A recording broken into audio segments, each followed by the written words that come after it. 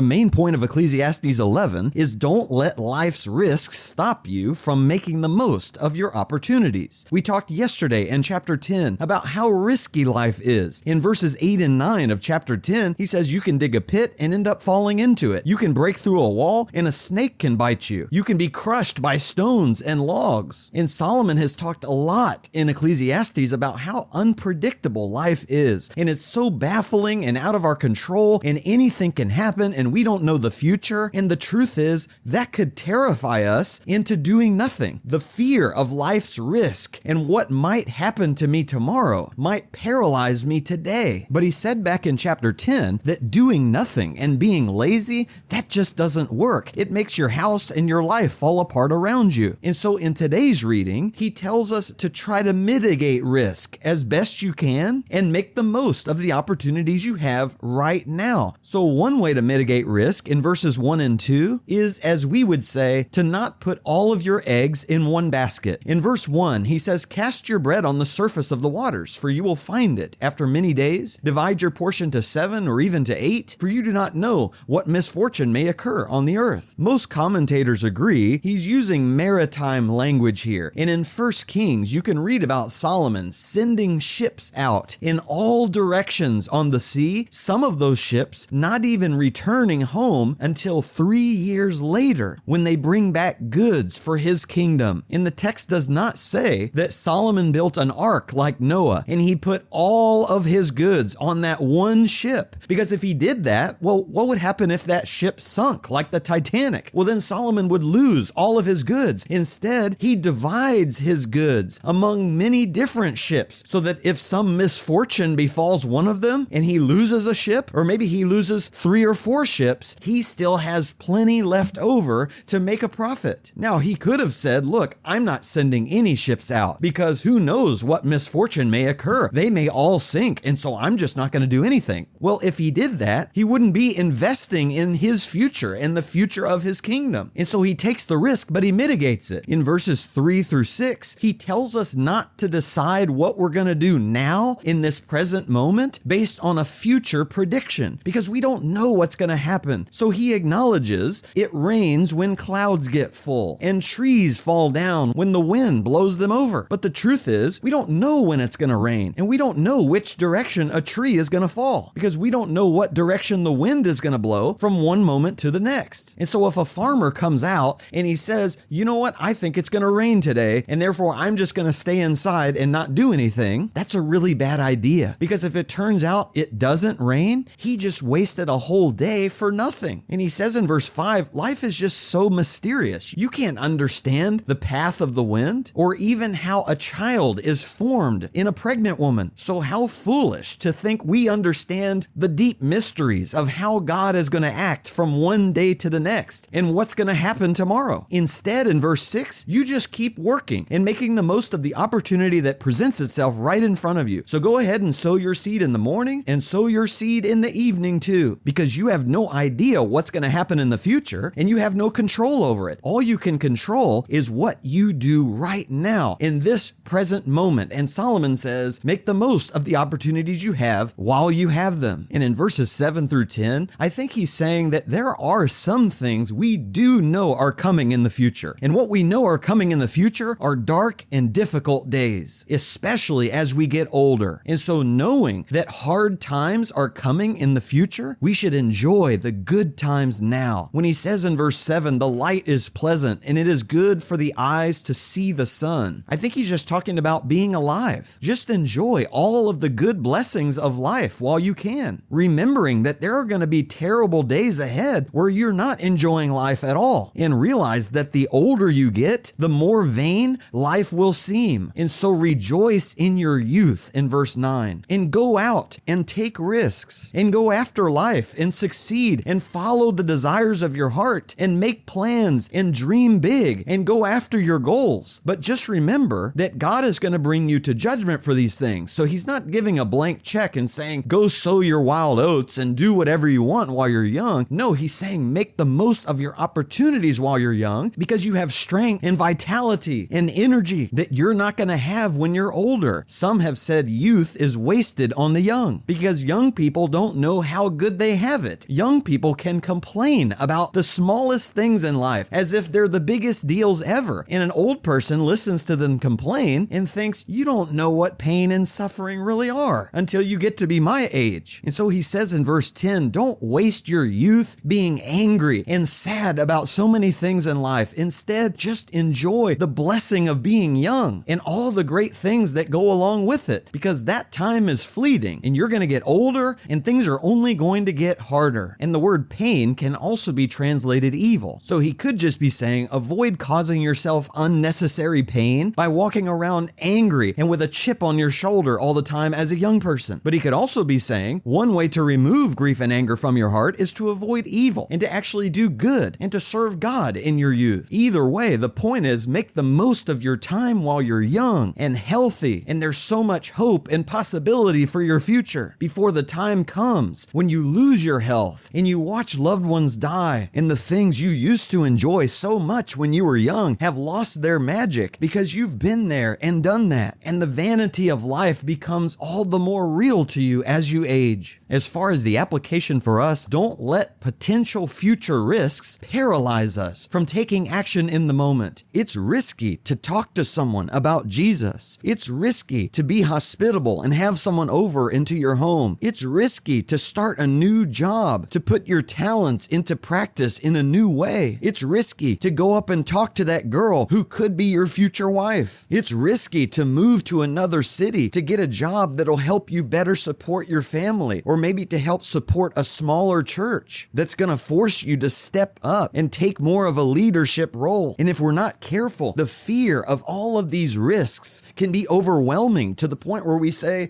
I'm just not going to do it. Sometimes we act like we have to eliminate all risk in order to do something. But the truth is, life is always going to be risky. And if we let fear dominate and control us, we'll never leave the house. And while Solomon's not telling us to be reckless and ignore risk altogether, he is saying you can't avoid risk, and you have to do the best you can with the knowledge you have to mitigate risk and to make the most of the opportunities that are under your control right now in this present moment. In the amazing way this points to Jesus is that he knew the future. He knew the risks involved with leaving heaven and coming to earth, and yet he did it anyway. It's amazing how sometimes we're paralyzed into inaction simply by the possibility that something bad might happen to us. And yet Jesus knew something bad would happen to him, and he wasn't paralyzed at all. He took action, and he actually put all of his eggs in one basket, and that was the basket of saving our souls. Even if it cost him everything, he was willing to risk it all and to literally put his life on the line to save us and bring us home to him. And so our prayer today is, Father, help me not be paralyzed by risk, but to accept risk as a part of life and to do my best to mitigate it and to navigate life wisely, but ultimately to trust you with my fears and to take action and serve Christ, even if it's risky. And yes, even if it costs me everything, because I want to take up my cross daily and follow him, even into the risk of an unknown future.